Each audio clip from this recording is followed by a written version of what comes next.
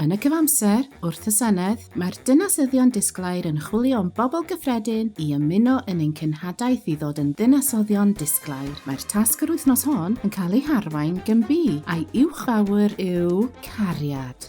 Mae B yn credu i fod yn ddinesydd disglair rhaid trin pawb yn deg ac mae'n credu mewn hygyrchedd i bawb. Mae B yn dweud mae cyfrifoldeb y llywodraeth yw sicrhau bod ei holl ddinasyddion yn cael yr un cyfleoedd i hyrwyddo ansawdd bywyd da, fel y gall pawb fod yn iach ac yn hapus. Yn anffodus, nid yw rhai pobl mewn cymdeithas yn cael eu trin yn deg, ond mae'r llywodraeth yn ceisio gwneud pethau'n deg drwy ofyn i pobl dynesydd sy'n oedolion ddweud ei dweud. Felly, bob 4 blynedd mae'r llywodraeth yn cynnal pleidlais arbennig o'r enw etholiad gyda grwpiau pwysig o bobl o'r enw pleidiau, a mae gan bob un ohonynt gynlluniau ar gyfer cymdeithas. Yn aml, mae eu cynlluniau'n wahanol i'r hyn y mae rhai pobl eisiau. Weithiau, gallwn gweld pa mor anheg yw cymdeithas pan fydd pobl yn cael eu trin yn wahanol oherwydd anebleddau neu liw eu croen.